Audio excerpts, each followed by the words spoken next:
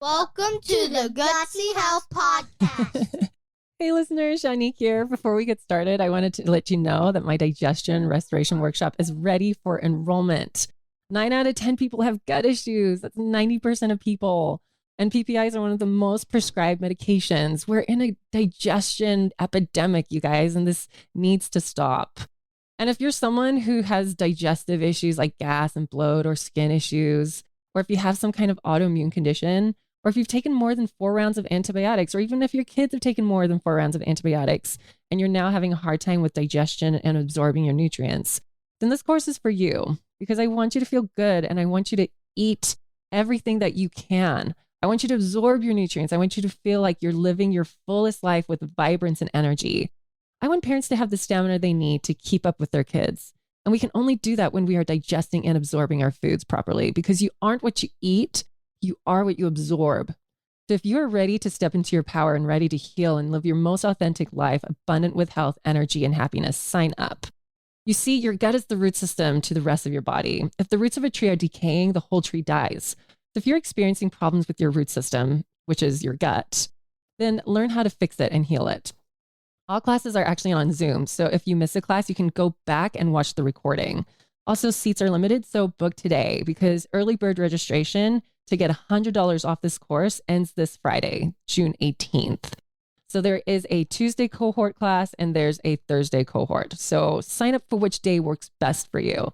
Links are in the show notes below for each cohort. All right, that's it, you guys. I hope to see you in class and enjoy this week's episode.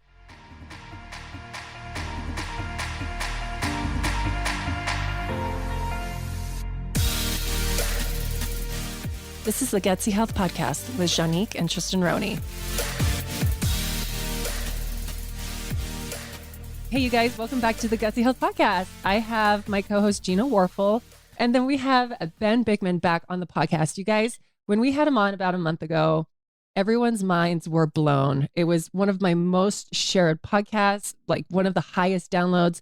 And it's just because when you've come across someone who is so knowledgeable and is so passionate about the biochemistry of the human body, it's hard to not have that be so infectious. So Ben, welcome back. It is such an honor to have you here and to have you in front of our entire audience. Thank you. My pleasure. I really enjoyed our first round and I'm looking forward to round 2. Us too. I mean, I cannot tell you how many messages I got where they were like, yes, please bring him back, because that's what we said in the last podcast episode. Just to recap, everyone, we spoke about a month ago. We will tag the last podcast in the show notes. We spoke about hormones. We spoke about insulin resistance. Everything was about how we are consuming too much sugar and how that's leading to insulin resistance and how that's affecting our hormones, how that's affecting cancer rates, how that's affecting mitochondrial health. And today we wanted to dive a little bit more into how that's affecting us neurologically. But before we do that, Ben, in your foreword, you mentioned on the very first page how back in the 1900s, the top 3 killers were lung infections, tuberculosis, and gastrointestinal infections. But today, when we ask the question why we get sick, it's heart disease, cancer, cerebrovascular disease, Alzheimer's disease, and diabetes. Can you tell us what happened in 100 years? Yeah, what a wonderful way to start. There were 2 things that happened.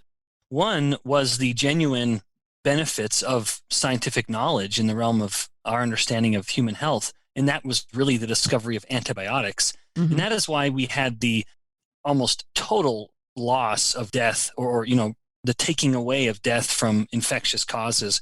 And at the same time, as we were getting so clever making these scientific discoveries to prolong life, we inadvertently used these same scientific tools to make food much worse and less nutritious than it ever was before. Right. And now we're eating foods that our ancestors, even just a few generations ago, would have never imagined. And mind you, they would have had the same struggles with these incredibly delicious, dare I say, right, addictive foods that we have now. So there's nothing inherently broken with us and our addiction to these foods. Right. That any human would experience this across any time. So that really, in my mind, is the problem, where there was a wonderful advancement, which cut the deaths from infectious diseases. And then as those diseases went down, of course, people have to die from something. We just happen to replace it with diseases that were almost nowadays. Most instances, cancer is a bit of an exception always, but in most instances, they're entirely a result of the food we eat. Right. And how our food, like you said, is just so nutrient depleted, but we are mass producing sugar. We're mass producing grains. I mean, when you look at the old food pyramid from USDA or whatever it is, at the bottom of that food pyramid, the thing that they tell you to consume the most is like bread and grains, right? Yeah. And that is not what you recommend or what we recommend. And so changing this cultural idea that we actually should go to whole food, plant-based, like healthy meats, healthy proteins, that's a massive lifestyle shift and a cultural shift because our culture is so ingrained in soda and fast food and inflammatory oils and processed stuff. Can you quickly, or not quickly, take as much time as you want, but can we recap what is insulin? What is blood sugar? Why is it destroying our bodies? Why is this the epidemic of our day and age that is our number one killer? Yeah, so insulin, by way of like a fundamental background, insulin is a little hormone it's a peptide hormone. That's a unique class of hormone, unique but the most common, in fact. In other words, it's just a little protein. And that stands in contrast to other hormones like sex hormones, which are cholesterol-based hormones. So they're two very different things, but what they all have in common, what makes a hormone, is that one cell or some cells are making it, and then it's telling other cells in other parts of the body what to do. Right. So insulin is released from our pancreas, and it is telling every cell in the body to do something. Every cell in the body will respond to insulin in some way. Now, because there are so many different types of cells, it's no surprise that insulin tells cells to do so many different things. Its most famous thing, or its most famous effect, is generally what it does at fat cells and muscle cells, and that is to stimulate the uptake of glucose.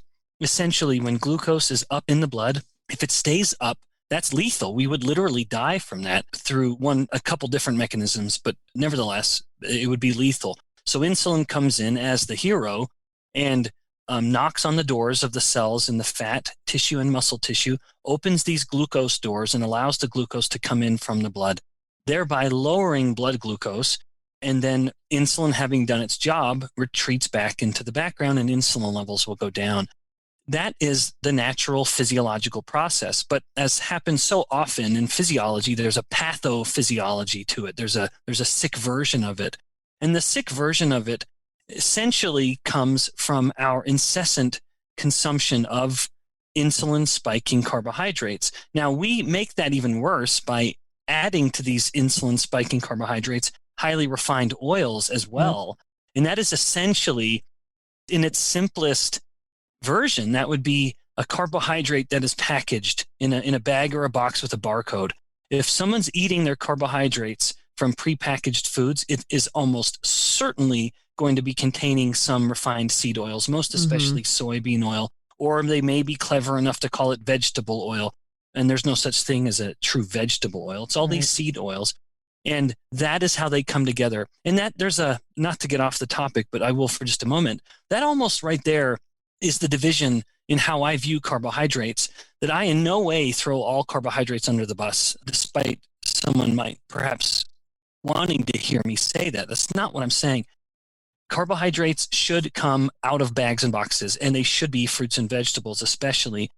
Grains are, in particular, foods that we have changed drastically. Right. And now, especially here in the Mountain West, I think it's safe to say we have a particular obsession with grains. We revere them in a way that I don't think was ever intended to be the case. And I think it's also prudent of us to scrutinize how grains have changed over the years, certainly over the last 200 years. But nevertheless, back to the original point, the incessant consumption of insulin-spiking carbohydrates, especially combined with incredible levels of omega-6 polyunsaturated fats, these are playing into insulin, essentially never getting a break. That insulin, we eat a starchy, sugary meal, and insulin may take up to 3 hours or more to come back down to where it was before. Yeah. And by then, because we live in a culture where we can never stop eating, we've bumped it back up again before insulin ever had a chance to get back down to fasting levels or baseline levels. And so essentially, we've created a dietary environment where a person is spending every waking moment and well into their sleeping moments in a state of elevated insulin. And when insulin is chronically elevated, the cells of the body will start to turn down its sensitivity to that insulin. Now, not all cells can do that. Some cells will start to, like the muscle cells, they will start to keep the doors closed in a way where insulin's trying to come and do something and the muscle cells just aren't listening. Now, other cells, though, like the theca cells of the ovaries that make the sex hormones, they stay sensitive to insulin. So when insulin is going now several times higher than it used to be all the time, the muscle cells have become resistant to it. And then the theca cells are just sort of a victim of the high insulin, where they can't become deaf to the insulin's screams. They continue to hear them with perfect clarity and can't help but respond. But in this case, they're responding too much. And that really is the heart of insulin resistance, then. It is that confluence of two events. It's the two sides of the coin, I think I described it, which is chronically elevated insulin and insulin not working the same way at all of the cells of the body. Yeah, that's beautiful. I wanted to ask you a little bit about, I wanted to go back to, we all know when we eat carbs and sugar, it spikes our insulin, but you mentioned the polyunsaturated fatty acids, these vegetable oils. What is the mechanism that is happening when we eat those? Let's say someone ingests fries from a restaurant, that's the potato starch and, those carbs there, and then the canola oil that it's fried in. What is that inflammatory oil doing to our bodies? Because, a lot of times we don't even think about those inflammatory oils. We're just like, oh, it's just an oil. It's a fat. It will stabilize our blood sugar. How does that affect insulin and our blood sugar?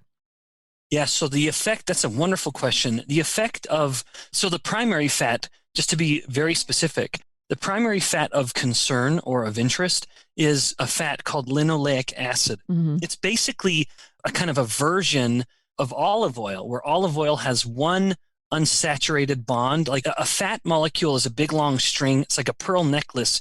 And then the pearls are carbon atoms. The carbon that's all around us in the air and in the plants and the vegetables and things we eat. Well, everything. So it's a long string of pearls, and the pearls are carbons. With olive oil, between one of those sets of pearls, there's a bit of a different strand connecting them together. In the case of linoleic acid, now we have three of those different little strands. There's something different between carbon bonds across, in three different instances. That isn't what's called an unsaturated bond. And that therein lies the problem or the concern, because really a fat molecule's potential to harm is the potential for it to become altered. And that is why linoleic acid in particular is so problematic, because it has so many of these weaker bonds, these unsaturated bonds. And it is at these unsaturated bonds where the molecule can become what's called oxidized. And so what happens especially with linoleic acid, it becomes what's called a lipid peroxide, which is a remarkably dangerous reactive oxygen species. So people nowadays, we like to talk about oxidative stress a lot and get these antioxidants. And there's some truth to this and there's some exaggeration to this. The fact is we need oxidative stress. The body must have it. And when we try to turn down oxidative stress too much, we end up causing problems on one significant end. It could be a contributor to cancer. On another end, if we turn down oxidative stress too much, we don't get the beneficial adaptations to exercise. We need a little bit of oxidative stress, and that is one of the mechanisms the immune system will use to kill bad cells. It will basically use oxidative stress as a weapon, so we need it. But when you have what's called these lipid peroxides, which are derived almost totally from linoleic acid, the primary fat from things like soybean oil and canola oil and corn oil, a lipid peroxide is a particularly damaging reactive oxygen species because it's a fat. And fat molecules are able to slip their way through cells and membranes, so they can slip into the mitochondria and create mutations in the mitochondria. Wow. They can slip into the nucleus and create mutations in the DNA and slip into the membrane of the cell and damage the membrane of the cell. So that is really at the heart of why I'm so wary of things like soybean oil, because of the high composition of linoleic acid, which again has such a propensity or such a potential to become a weapon of mass destruction within every cell in the body. And now let's compare that then to natural fats, which are the fats that we as humans have been eating since the beginning of our species. However we came to be who we are, we've been eating animal fats and fruit fats. And certainly we ate animal fats first, but the fruit fats, those are the fats that our ancient ancestors would have been able to obtain fairly easily, because that's when you just get the flesh of a fruit, like a coconut or an avocado or an olive, and you just simply have to press it. You can even step on it, and it'll create enough gravity or enough pressure to extrude an oil from it. So we're well adapted to those oils, and the more saturated a fat is, which these natural fats tend to have, the more saturated a fat is, the more stable it is. Right. So it is, in fact, virtually impossible to make a lipid peroxide from a saturated fat, whereas soybean oil, like a polyunsaturated fat, it can become oxidized the moment it hits the atmosphere. Like the moment you open that bottle of vegetable oil, it's probably already somewhat rancid, but it's certainly getting rancid in real time, let alone when you heat it. Heating it just accelerates it in orders of magnitude. And so when someone's eating French fries that have been, which they always are nowadays, fried in soybean oil, they are getting every fat molecule on there has become basically an oxidized or a peroxide version of itself. And that's a problem, because linoleic acid in its pure form, if we eat it and it's not oxidized, which again, that almost means you have to just get it from natural sources like animal fats. All animal fats will have some linoleic acid, but it's at exquisitely low levels and it's totally inert. But the body can actually burn linoleic acid like a fuel, like it can any fat. You just have to let it stay as the fat. And the moment someone's drinking it or eating it as a packaged oil, it has gone through heavy processing where it is very likely already been oxidized to a degree, let alone actually heated it up. And the heat threshold is very, very low for these to become lipid peroxides. And that then, back to your original question, as I've gone on this much longer rant than it ever should have been. It's beautiful. Really I love it. Good. That becomes the heart of the problem, where the body, these molecules, these lipid peroxides are so damaging that immune cells, like macrophages, kind of the hero of the immune cells, the poster child, it will seek these lipid peroxides and engulf them to try to get rid of them from the body. And then it will call out to other immune cells. It will basically it'll be one macrophage eating, let's just say, one lipid peroxide from linoleic acid, but it knows that there's other linoleic acid molecules there. It will send out an inflammatory signal. It will start releasing these pro-inflammatory hormones, which is essentially one cell's call to the other cells saying, hey, I need your help. That's kind of what inflammation is, and why we never should speak about it in a bad way, because we need it. Without it, we would have died from even the most modest wounds and infections. But that is what inflammation essentially is. It's a cry for help where one immune cell is recruiting other immune cells, and that's the signal, the inflammatory signal that's bringing them all together. But when we are incessantly eating these fats, it's the losing battle, and the immune system is fighting. It's like it's fighting an infection that it just can never win, because the insult is this fat that we just keep eating, and we eat it. There may be people listening, I'm sure I mentioned this last time, maybe people listening who think, well, I don't eat soybean oil, I don't eat vegetable oil. Chances are you do. It is the single most commonly consumed fat in the American diet. We eat more of our fat calories from soybean oil than any other fat. And it's funny because people want to lay the blame on animal fats. I know. And we don't eat any more fat from beef, for example, than we did from 1909 until 2020. We eat no more of our fat calories from beef than we have over 100 years. But it's soybean oil that essentially went from zero to the most common consumed fat in our diet. Well, and how often do you think people are probably, grabbing their omega-3s from the store, and those are likely to be rancid that they're just picking up off the Costco shelf? Right. Yeah, that is 100%. Exactly right. Yep. And I'm thrilled you mentioned that, because we can speak very glowingly of omega-3 fats, and we do, and perhaps for good reason. They do appear to change the way we metabolize omega-6 fats. So it's almost like they compete for metabolism, but omega-3s have a polyunsaturated, they have multiple unsaturated bonds.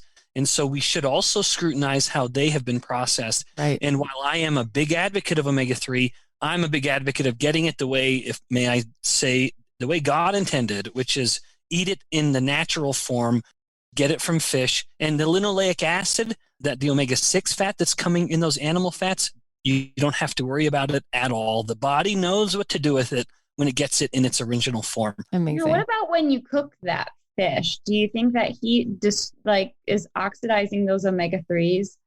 That is a great question. I honestly don't know. I know of a study that looked at the thermostability of omega-6 and compared that to saturated fats, and I've honestly never seen data on omega-3 fats. Yeah, I always wondered that. I'm curious because my opinion on fish oils is I actually don't recommend them unless it's from a company that boasts that they extract their fish oil very delicately. But my favorite, and I'm curious, Ben, if you have an opinion on this, but my favorite is cod liver oil because it has its built-in vitamin A and vitamin D, which act as like antioxidants. So it's kind of like their own built-in damage control. And so, would you agree with that? Because a lot of people are like, well, I get tuna, omegas, and I'm like, you should probably get the cod liver oil because of that built-in like damage control mechanism of those vitamins. What would you say to that?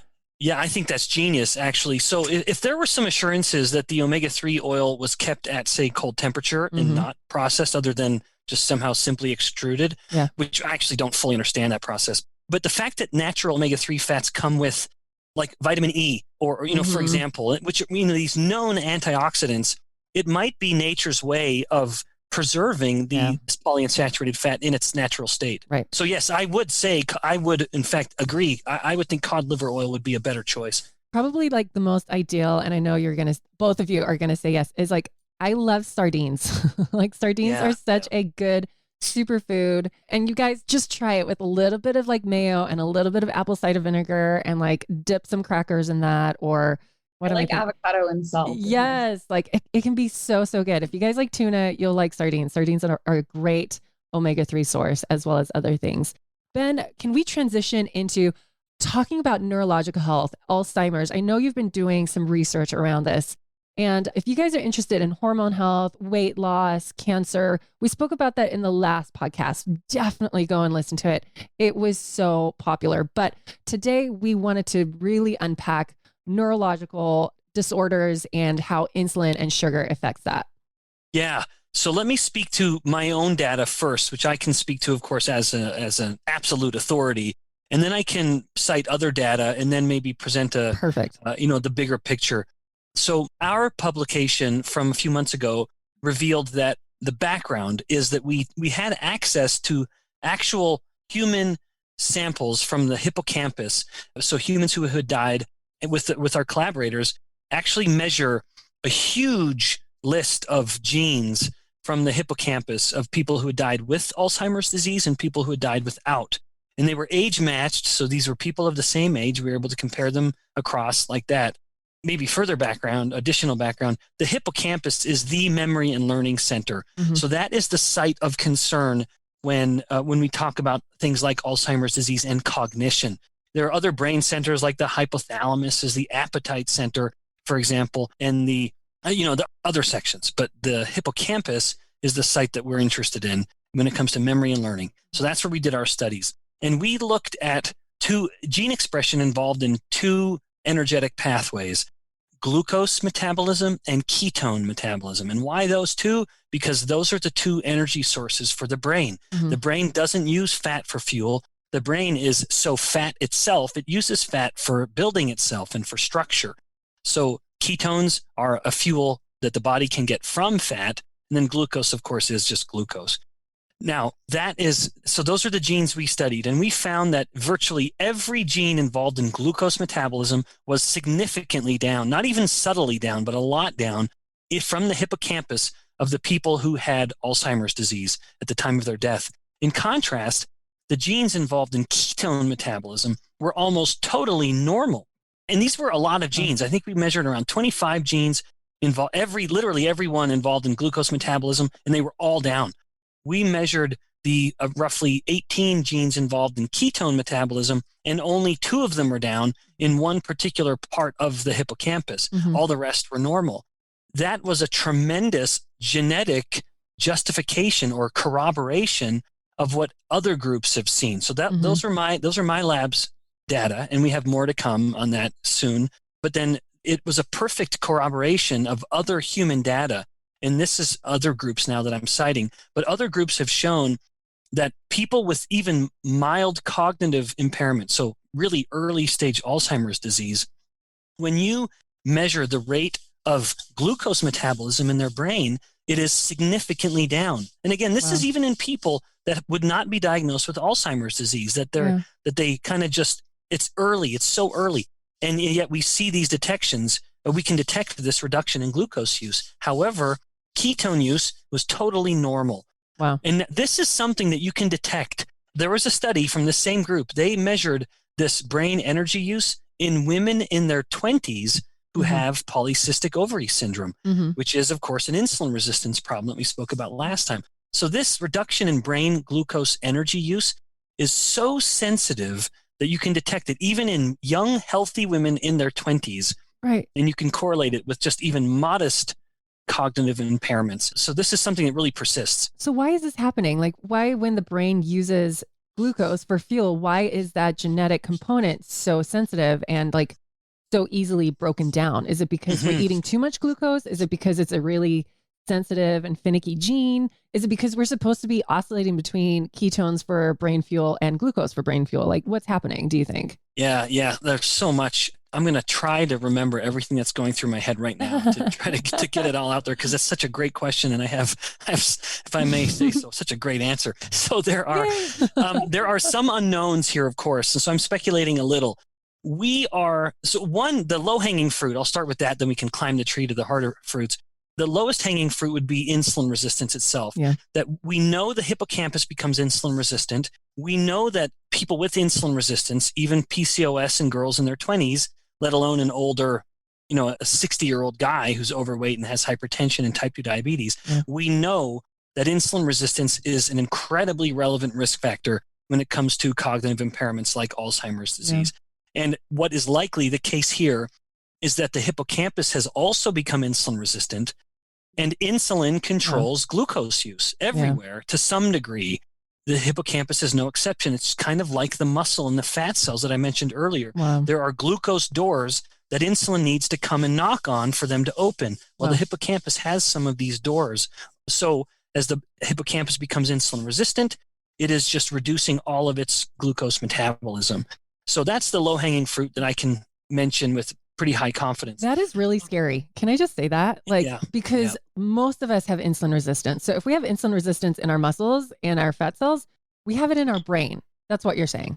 Yes. Yeah. And at some point, it's probably going to make its way there. Yes. And therefore, we probably suffer with like brain fog and memory loss and all of these things. And we just say, oh, because I'm tired. Before you move on, I do want you to move on, but I want people to also realize what also contributes to insulin resistance is stress and sleeplessness. And we are a society that thrives off of those two things. We we revel in it, right? You can have the perfect diet and your blood glucose and your insulin could still be spiking because you're so stressed out of your mind. So I just wanted to remind people of that. Ben, keep going because this is so juicy. No, and I love what you said, though. We revel in it. In fact, we brag about how sleep deprived and how busy we are, and how we brag about how much our phones are beeping at us. Right. Yeah, it's tragic. So you'd mentioned stress as a contributor to insulin resistance. In fact, that kind of is a nice segue to the other point I wanted to make, which is inflammation. We know that inflammation in the brain is a significant variable when it comes to cognition and Alzheimer's disease. And this is where our newest work, I think, becomes provocative and compelling, where we are looking at the degree to which a certain molecule called ceramides, and that might sound familiar because people put it in lotions and shampoos, and I don't have a problem with that. I don't think it's harmful on the skin. But when you have too much ceramides in a cell, the cell becomes insulin resistant. So we've measured the amount of ceramides from the hippocampus of mice that are used as Alzheimer's models and like a way to study Alzheimer's disease.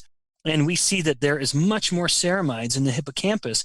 And my postdoctoral work when I was at Duke Medical School in Singapore, of all places, a beautiful place, my big contribution to science at the time was detailing how inflammation increases ceramides accumulating within cells.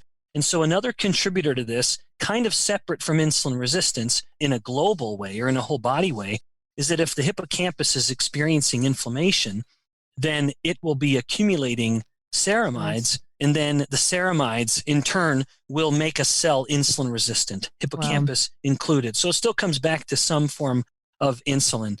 Now, one last thing, and I'm happy I remembered. You'd mentioned cycling between ketones and glucose in the brain. I think that is tremendously healthy. And I also think it is our natural state. Yeah. And I say that because that is how we literally develop.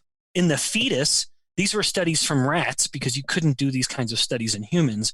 We know that in the mom, most of her ketones in pregnancy are going to the fetus, especially to the baby's brain, this growing little baby's brain. Wow.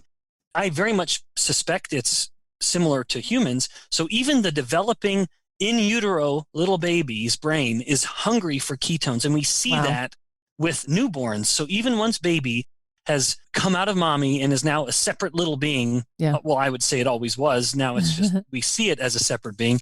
Now we know that a newborn can get into deep ketosis within just hours. In fact, it's shocking how fast. So a baby will breastfeed and the natural milk sugars would result in an insulin release, which would tap down baby's ketone production. Yeah. Now, interestingly, mom's milk is enriched with medium chain triglycerides, which are themselves very ketogenic. Right. They're also antiviral and antibacterial and many other things, which is why there's a study in the Philippines now looking at the potential effect of coconut oil on actual COVID-19 because it's such an antiviral, these medium chain fats. But breast milk has this, and they're very ketogenic. And so it is baby's natural state where baby eats, and within 2 hours after breastfeeding, a baby will be in as deep a state of ketosis that it would take an adult of 2 days of fasting to get into. And I want to add that formula does not have those medium chain fatty acids. It doesn't. Nope. And so I remember studying that and being like, oh my gosh, these are so important for their development and you only get that from breast milk. And so keep going because I'm so glad you touched up on that. Keep going. Sorry. Yeah. Did we talk about this last time? We did. We spoke about infant.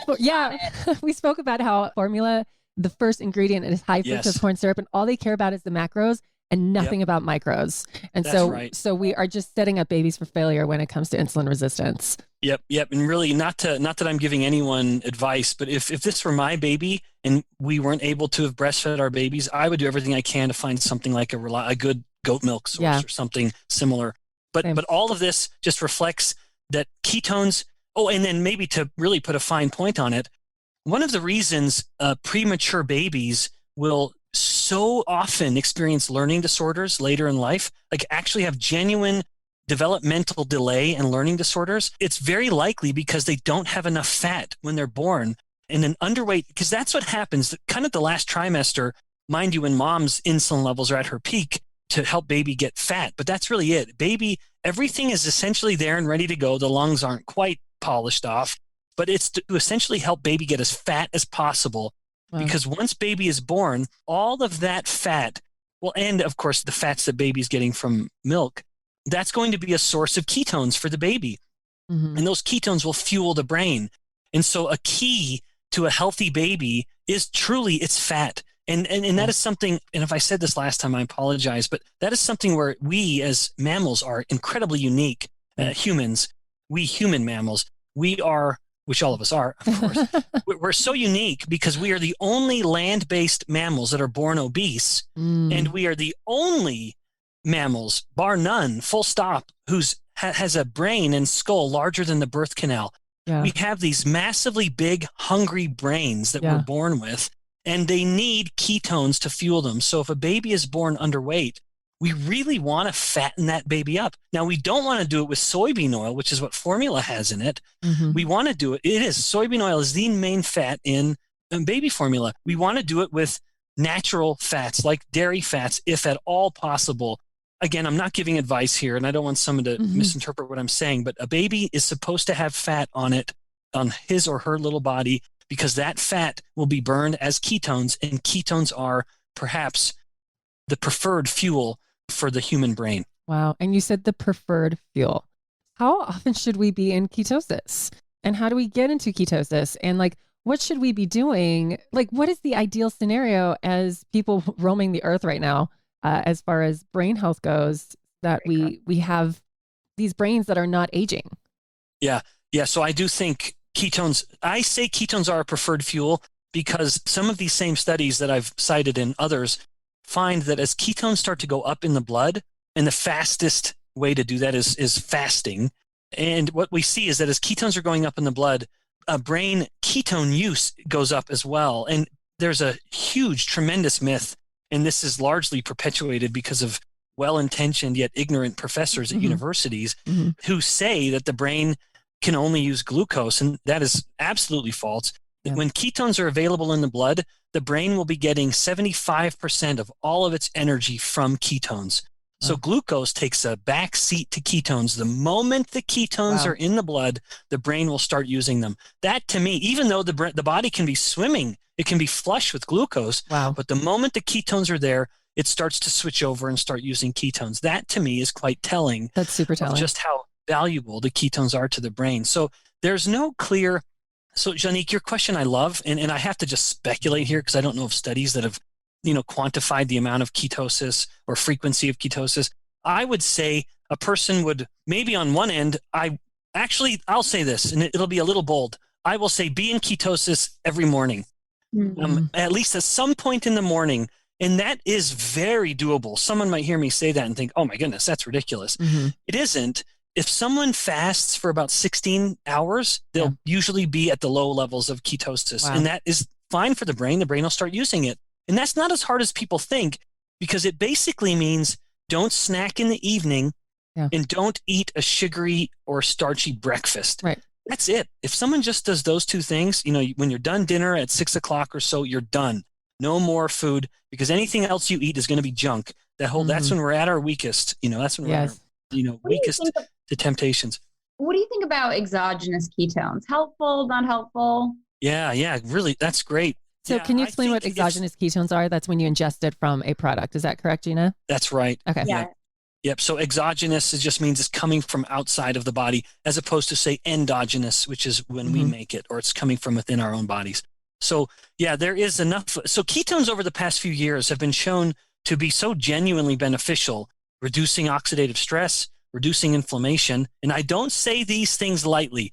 I know that's the kind of thing someone will say, and it's just casual. Like, oh, this is anti-inflammatory. This will cut your inflammation, when they don't actually have any evidence to back it up.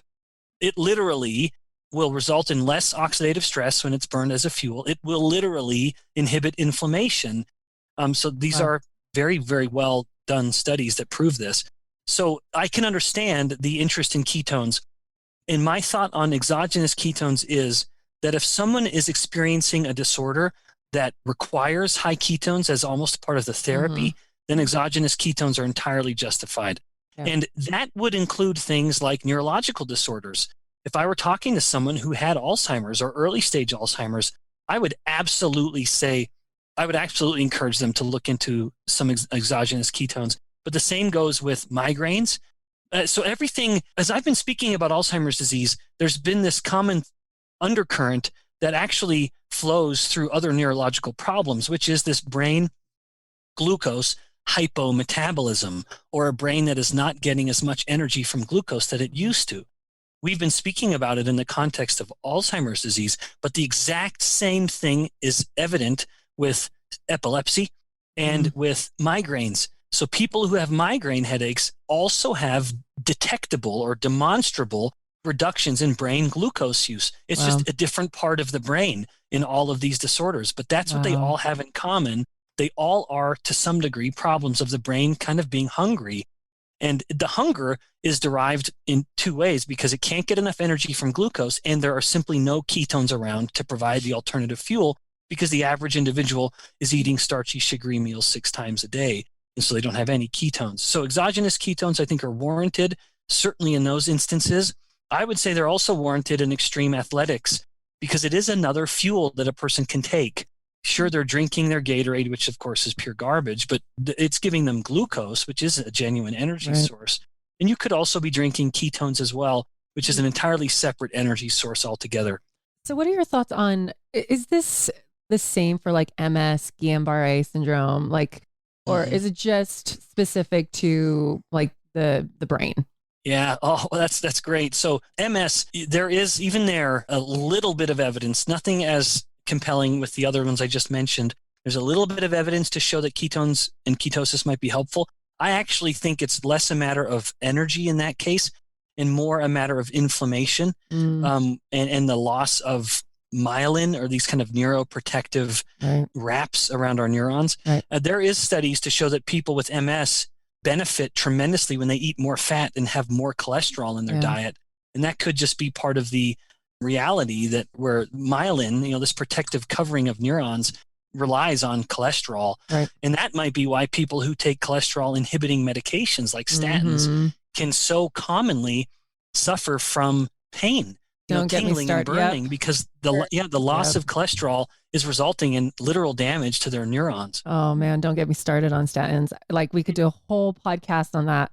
But yeah, I was just curious if that affects other areas too. And I also want to remind everyone that, you were saying that the brain experiencing this type of insulin resistance, like this MS, because of inflammation, and you were talking about the polyunsaturated fatty acids, which are so systemic in our food. So insulin is not, like, when we're talking about brain health, it's not just insulin, even though that is a big one. We got to watch out for these PUFAs, these polyunsaturated fatty acids. Like, this is what our American diet is like thriving in, are these two like big evils. So we need to be hyper aware and hyper focused on that and protect our children. Because here's my other question that I wanted to ask. Oh my gosh, I'm so glad I remembered. Do you think that there is a link between PUFAs and high insulin, high sugar, and ADD and ADHD and all of these mood disorders? Or ADD and ADHD are not mood disorders, but in like, do you think there is a link here? I do. Now, this is me. I am speculating. So everyone please know I think there's one manuscript I've ever seen published that looked at it was a case study of a kid with, that was autism. It was a case study with autism, one autistic boy whose parents put him on a ketogenic diet and noted very obvious improvements in the child. So that's a case study, which is basically an anecdotal report. I think that when we are putting kids, we basically wire that child's brain to be subject to the highs and lows of glucose rather than experiencing or relying on or knowing even providing the kind of steady energy that can come from a diet that is controlling carbohydrates, where we're letting our kids, as I've said already, get their carbohydrates from bags and boxes with barcodes. That's not the way to do it. The kid is going to get this big rise in glucose, which is almost always accompanied by a rapid drop, and in many instances, an excessive drop, where the glucose levels have gone below where they were before because the insulin response was just so significant that it kind of overshot what was needed. This happens to people. It happens to kids. And I think it is a testament to how clever companies and marketers have become, where we will look at giving our child a bowl of cereal and a glass of orange juice and think we're doing them a favor. We think we're helping our child by doing this. And fruit juice, I think, is one of the great marketing wins for these companies because it's just pure garbage. But fruit isn't, of course. I'm not saying fruit is, but fruit juice is garbage. It's terrible. So yeah, I think the more we allow, and I think about this a lot as well as a father, I look at what has changed in how kids will eat compared to even how I want to eat. We don't even have to look back in time to previous generations, but really it's this absolute shift in the macronutrients. Oh my gosh, yes. Which is to get excessive levels of processed carbohydrates combined with excessive levels of processed fats, all while removing protein, which is the literal building block of so much of our tissues. And because protein's expensive. And so if you're just creating a product to make money, and I don't mean for that to sound cynical. I am a capitalist. I having gone to almost every communist country except North Korea, but I was in South Korea. But having lived in Russia, visited Cambodia and Vietnam and South Korea, I'm very much a capitalist, but not to change the topic. Or I'm in favor of the virtues of capitalism or what can be done. But when you see what we're giving, what a manufacturer's incentive is, which is to make money, they want a product that will simply increase their bottom line. And that will be to use cheap carbohydrates, cheap fats, and to remove the expensive part, which is protein. Protein is expensive. And so if they can get away with not putting it in, they certainly will. because it'll make a little more money. But Right. that is what we need to shift. We need to then make sure our kids are getting protein from the best sources, which will always be animal sources. There's just no apologizing for that. Animal proteins are the best. And then we want to make sure that they're getting fruits and vegetables, the best forms of carbohydrates, and they're getting the fats that are supposed to come with those animal proteins that we want them to eat. Don't take those fats out. As much as we can, we want that kid to be eating those fats that come with those proteins. And so it's a direct rebuke of kind of the modern processed food. There are two things I want to say to that. One, you spoke about macros versus micros. I've seen this trend over the past few years where these like health experts, and I put there in like air quotations, they are like intense people that work out and they build muscle, and they're constantly like recording on Instagram, like, oh, I did X amount of grams of protein and fat and this, and they are getting their food from like, low sugar this and low sugar that.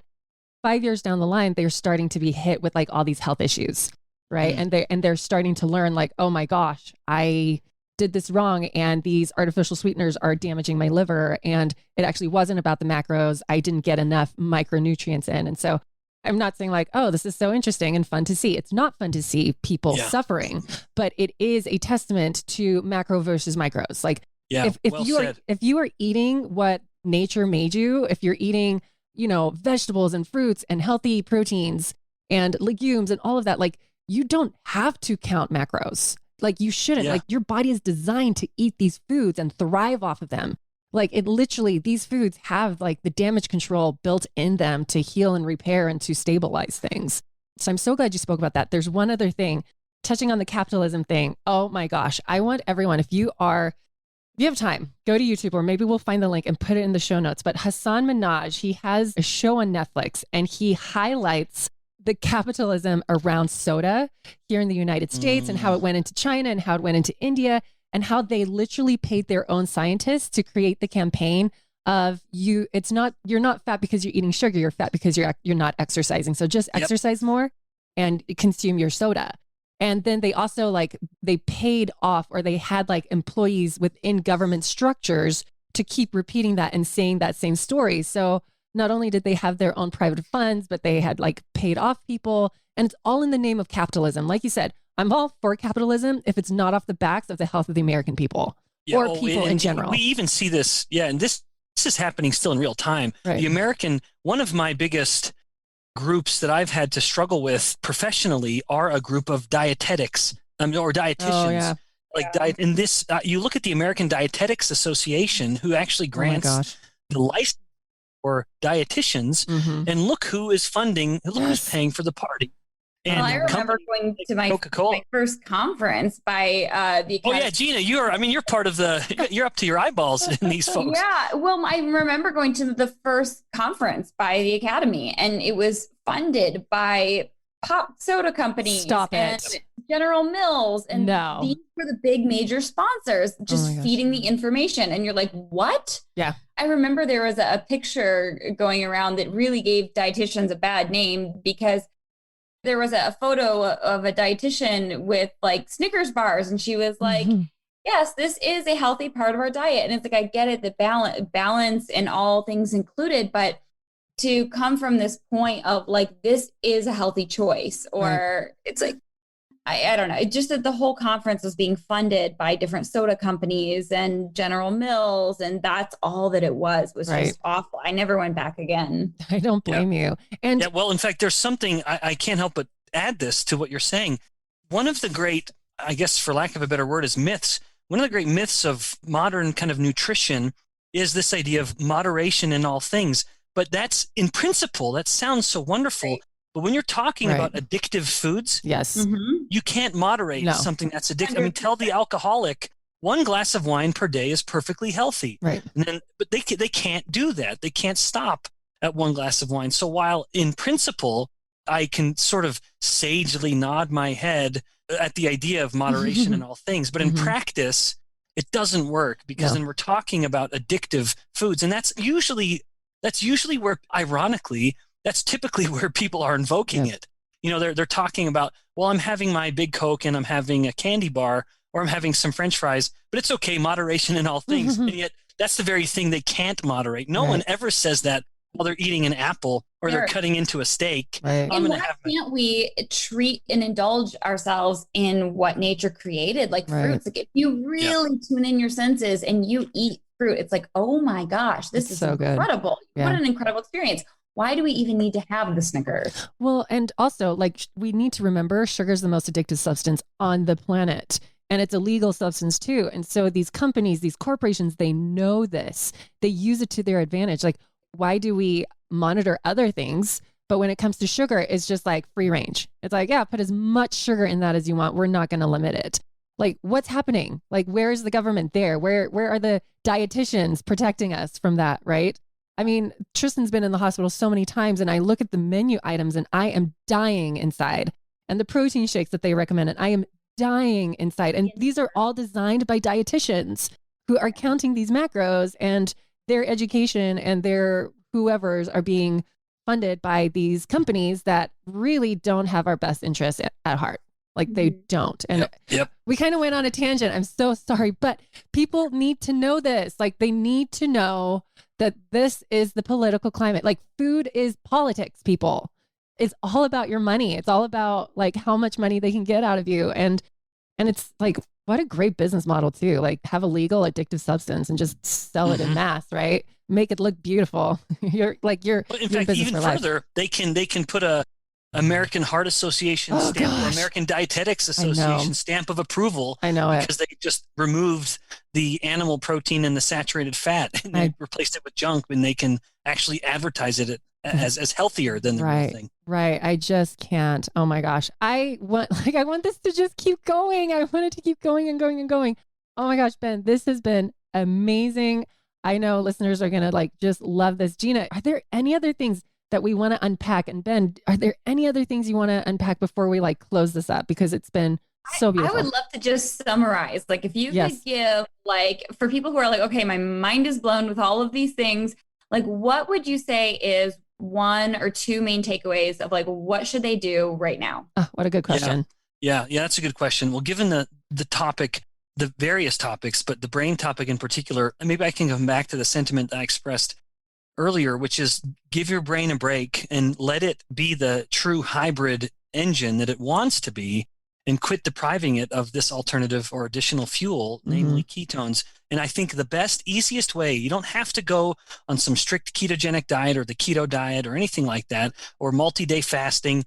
You don't have to be that extreme. I would say eat a reasonable dinner that isn't an overt indulgence, that has fat and protein and even carbohydrates, and then stop eating after dinner. I know that one in particular is easier said than done, because evening is when we are at our weakest. So make sure you don't have these foods that you can't moderate in your home at the time, if at all. Don't get them in the home. When you have a treat, it's something you do outside of the home, or you've made it from scratch with your family, I guess. But when you have dinner, you're done eating. And when you wake up for breakfast, either don't eat breakfast because maybe you won't be hungry. There's no such thing as breakfast being the most important meal and you have to eat it. That's absolute silliness. So you either don't eat or eat a meal that is very strict with carbohydrates. Not that you can't have any, but that they are very unrefined or not refined at all, and have relatively low starches and sugars. And then focus more on protein and fat, which won't turn off the production of ketones, because the magic of that overnight window is that you've stopped eating. And so insulin and glucose now have a chance to come down. And as they do so, the ketone production starts to go up. The body starts shifting more into fat burning. So give your brain a break, let it eat ketones, and give your children a break, or the kids around you, and don't feed them out of bags and boxes with barcodes. Let them eat. I mean, those can be the occasional indulgence, but truly let it be an exception. And the bulk of the food they're eating is coming from real foods that have protein and fat. I love that. You just posted something yesterday about like how to become more insulin resistant, and you highlighted like eat more protein, focus on protein. Do you want to tell listeners more about like your protein shake? You have a protein shake. If you go to gethealth.com, it's GetHLTH, is that correct? Yeah. You have a protein shake, which I love, by the way. It's one of my favorites in combination with keto greens. I really love keto greens. Do you want to talk to listeners a little bit about that and why you used whey Because some Mhm. people have like sensitivity with whey. Like what's your opinion on that? And how can you educate us about like the benefits of whey? Yeah, oh, I'd be happy to. Thanks. Yeah, so this is it's always delicate for me to transition into that, where I am a scientist, but I defend my entrepreneurial spirit in this health code, this company, and this shake I made with a couple of my brothers, by essentially saying that when you think as a scientist, as I have been learning and answering important metabolic questions, it's frustrating when you can't do anything about it. And so that very much played into my wanting to turn these answers to questions into solutions to problems. Mm-hmm. And the fact is, people nowadays like something easy and convenient, and it's hard to just always plan out meals. So that was really the birth of this idea with a couple of my brothers. So the health code shake, we wanted it to match the 1-to-1 macronutrient mix of proteins to fats. Mm-hmm. That is the most anabolic or the most bone and muscle building mix you can get. And that is part of the problem with whey, is that it's how people take it. It's not the whey itself. Overwhelmingly, when people are taking whey, they're taking it from like a whey only shake. Mm-hmm. It's just a protein shake. Yeah. And that is not the way nature intended it. Fat and protein are supposed to come together, and whey is no exception. So whey is the best protein and egg whites. They're right up with each other that a human can take. We digest it and get more of those amino acids than any other protein. Wow. So that's the reason we focused on those two proteins in particular, egg white and whey. But the problem so often is that people will only take whey and they will report a sensitivity to it. But when you eat protein and fat together, which is how nature intended all proteins to come, the bile acids, which are components traditionally thought of as only relevant to the fat digestion, also help with protein digestion. So the bile acids actually accelerate the activity of the proteolytic enzymes in our stomach, in our guts. And that is what a person is deprived of when they're only eating the protein. They don't get that extra digestive help that comes from eating the fat because of the fat digestive process. And again, namely, it's those bile acids or bile salts. So that's the justification for the mix, the particular mix of macronutrients and even the individual components, where we wanted those best proteins and we combined them with natural fruit fats, mostly coconuts and olive. And then we even put a little bit of some extra like grass-fed ghee, for example. I saw that. Yeah. Didn't you put collagen in there too? Mm-hmm, yeah, there's like you put everything in there. All of my and like collagen is really misunderstood. I know a lot of people will criticize collagen because they will say they criticize it on the basis that when the body eats proteins, it will break that protein down into its component amino acids. And there's no guarantee where those amino acids will go. Mm-hmm. So the idea has historically been, well, I'm going to eat collagen, which is a protein or peptides, and then I'm going to digest those peptides into their amino acids. And then those amino acids are just going to go anywhere around the body they want, and there's no guarantee they'll turn back into collagen at all. Wow. In general, that's true. But collagen has an amino acid called hydroxyproline. Mm-hmm. And hydroxyproline is the main amino acid of collagen, and it stays intact as hydroxyproline, and it does, in fact, get enriched in skin, muscle, and bone. That has been shown. So that's my defense of dietary collagen. Now, that's interestingly what vitamin C does. Vitamin C makes hydroxyproline in the body, which is why if someone's worried about their collagen, they can either eat a lot of vitamin C and or just eat some animal products with collagen in them, because then you don't even need the vitamin C. And that's the funny story. Like, this is a historical story here, where why were British sailors called limeys? They were eating limes to get the vitamin C to fight off scurvy. In fact, vitamin C's name is ascorbic acid, and that's derived from anti-scurvy, because they would eat vitamin C, they'd make collagen, and their gums wouldn't bleed and they wouldn't lose their hair.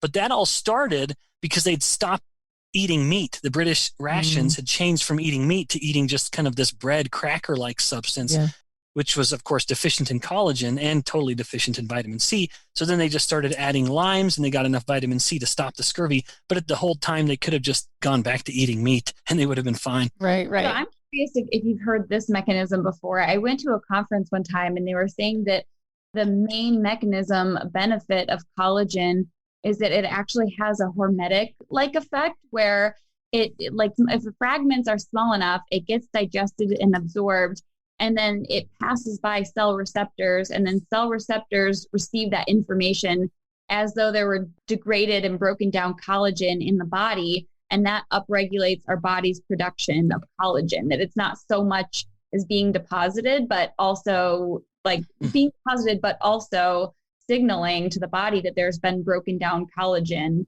and that is very compelling. I don't know, that could absolutely be true, but it's also true that the hydroxyproline absolutely does go to contribute to new collagen synthesis. So it could be a combination of those two. That's a really compelling thought. One thing that would be interesting to women, perhaps, there was a human study finding that collagen supplementation actually resolved cellulite concerns. Cellulite is this, of course, very unique pattern of connective tissue kind of working its way through fat tissue. And then collagen actually resolved that connective tissue from the cellulite. Amazing. That's so cool. So I bet so many women are going to love that. And it's funny because earlier this week, I was talking about MTHFR gene mutations and connective tissue. And I was saying how collagen and vitamin C are they go hand in hand when it comes to building and repairing and stuff. So I'm so glad that you just reiterated that. I have another question about your protein. I'm so sorry because so many people ask what's the perfect protein powder and blah, blah, blah. I have so many, but would you say that whey, the one that you have formulated, is it really good as a meal replacement and for building muscle versus plant-based protein? Oh, yeah. Yes. So this shake that we made was very deliberate. We wanted it to be an actual meal replacement shake. Mm-hmm. So it's not just a protein shake. Sure, it has what I would say are the best proteins in the best forms, which is to say it's also coming with fat.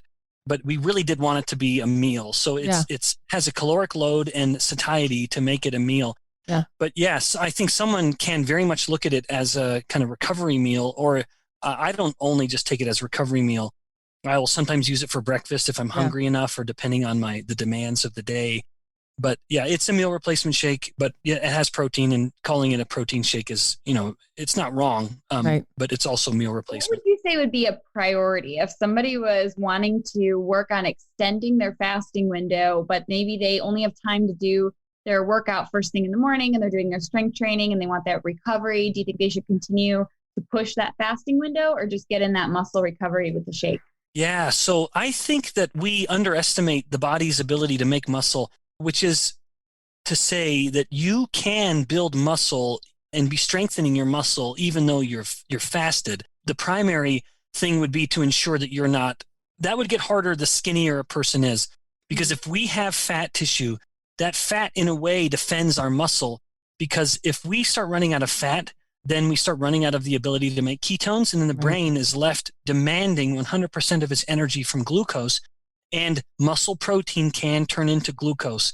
But nevertheless, if someone is a normal average American, that would mean that they have plenty of fat, then they don't need to worry about not being able to build muscle after a workout. It would really be more a matter of, are you genuinely hungry now? And then if so, then make sure you focus on your macros to keep them, in the right ranges. But again, to Janique's point earlier, I don't think you need to count them, but just control your carbs, prioritize protein, don't fear fat, and then you're going to be all right. Okay. Thank you. Thank you so much. I'm like, maybe we can do another podcast on proteins. and I'm like, no, but Ben has a real job. He doesn't just do podcasts. Yeah. So anyways, Ben, thank you so much. This has been so amazing. I could just pick your brain for days and days and days. You guys, if you want more information, how can they reach you? How can they find your products? How can they get more of you? Yeah. Well, for those who are gluttons for punishment, they can find me I'm generally active on social media, on Instagram. I try to do 1 or 2 posts a week. I just can't bring myself to do more. They can find me there at Ben Bikman, PhD. Also blog content or learning more about the shake at HLTH.com.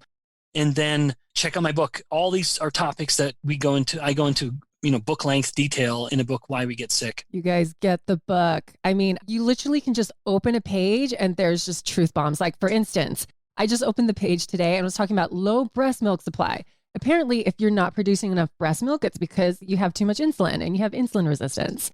And I was like, oh my gosh, that blows my mind, because so many people always commented on how much breast milk I made and I was so skinny. And I'm like, well, I don't know where it's coming from. And I think it's because of my super great diet that I had. My son was ginormous. He was a giant. and I had Graves' disease, and yet I was still producing like all this milk. It was insane. So your nutrition, like there's so many things when you open this book and you read it, it's just going to blow your mind over and over and over again. So please get it. And Ben, thank you again so much for your time. Thank you for educating the masses. We need more of you in our lives. And I am so grateful that the world has you. Thank you. Thank you. Thank you for your platform. My pleasure. Love, this is a fun venue. Always a pleasure to chat with you guys. Oh, thank you. And Gina, thank you for bringing in all the great questions. I adore you. Thank you both. And listeners, thank you for listening. And we'll get you next week. Bye. Bye.